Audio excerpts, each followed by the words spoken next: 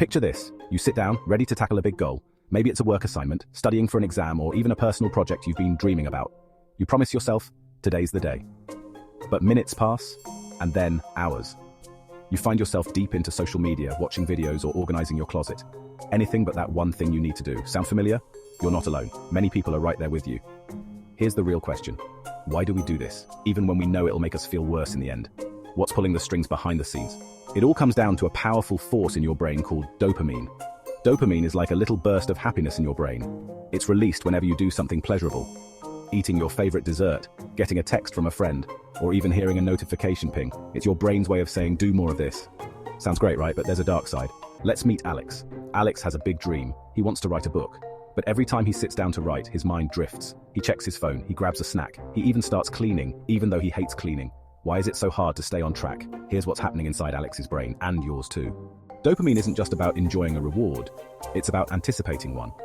When Alex thinks about scrolling social media or grabbing a snack, his brain releases dopamine even before he does it. The anticipation feels so good that it pulls him away from writing. This is backed by a study in the Journal of Neuroscience, showing that dopamine surges more during anticipation than when the reward actually arrives.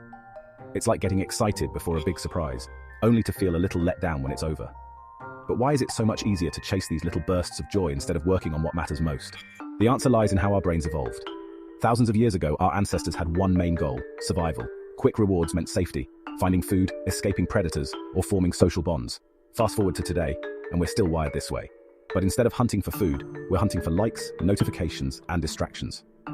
Dr. Andrew Huberman, a neuroscientist at Stanford, explains that our brains haven't fully adapted to the modern world. So when faced with a tough task like writing a book or studying, our brains crave an easier hit of dopamine. But here's where it gets even trickier, and a little unsettling. Did you know that social media platforms are designed to keep you scrolling? Tech companies spend billions studying your brain's response to dopamine. Every time you open an app, algorithms adjust to give you just the right amount of novelty and pleasure to keep you hooked. Tristan Harris, a former Google design ethicist, once said, "They know how to turn your brain into a slot machine." Think about that. You're not procrastinating because you're lazy. You're up against a system engineered to exploit your brain's natural cravings. Let's bring in another example. Mia. Mia wants to start a fitness routine. She buys workout clothes, plans her meals, and sets her alarm early. But every morning she hits snooze. Why? Because her brain tells her, sleeping in feels better right now. The instant pleasure of sleeping trumps the long-term goal of working out. This is called temporal discounting, our tendency to choose immediate rewards over future benefits. A 2018 study published in Psychological Bulletin found that people procrastinate because they prioritize short-term mood repair over long-term goals. But what can Mia or any of us do? Are we doomed to repeat this cycle forever? No. There are ways to change the story. Here's the first thing to know. Breaking tasks into smaller pieces can trick your brain into releasing dopamine for each tiny accomplishment. It's called chunking. Have you ever made a checklist and felt good about crossing off even the smallest task? That's dopamine at work, rewarding you for progress. Take another example.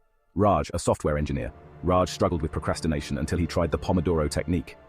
He set a timer for 25 minutes and focused on one task, then took a 5-minute break. Those short bursts kept his brain engaged and made difficult tasks feel more manageable. Studies have shown that breaking work into intervals can significantly boost productivity and focus. But for some of us, it's not just about breaking tasks down. It's about fear. Fear of failure. Fear of not being good enough. Procrastination often disguises itself as avoidance, and the root is emotional pain. Dr. Tim Peichel, a leading researcher on procrastination, discovered that many people delay tasks to protect themselves from negative feelings. Imagine this. You have a big presentation. The fear of messing up makes you avoid practicing. You feel anxious, so you distract yourself to feel better, even if just for a moment. The problem? It only makes things worse in the long run. But there's hope. Practicing self-compassion, being kind to yourself when you struggle, has been shown to reduce procrastination. Instead of beating yourself up, imagine saying, "It's okay, I'm doing my best." This isn't just fluffy advice. It's backed by studies showing that self-compassionate people procrastinate less.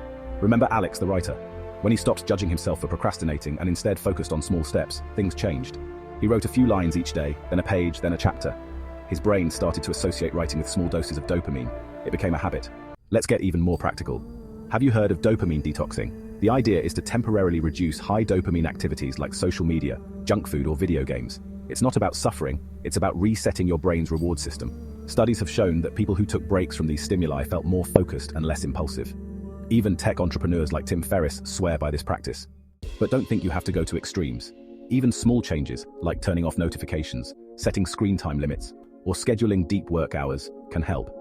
You see, Overcoming procrastination isn't about becoming superhuman. It's about working with your brain, not fighting against it. We can all relate to Alex, Mia, and Raj. We're all navigating a world full of distractions, quick fixes, and instant pleasures. But by understanding why we're drawn to them, we can take the first step toward change. There's so much more to explore about how our brains work and how we can turn our struggles into strengths. If you want to keep learning and growing, join us here at Universal Insights. Subscribe, share this with a friend who's battling procrastination, and drop a comment below. We want to hear your story. Let's face this together.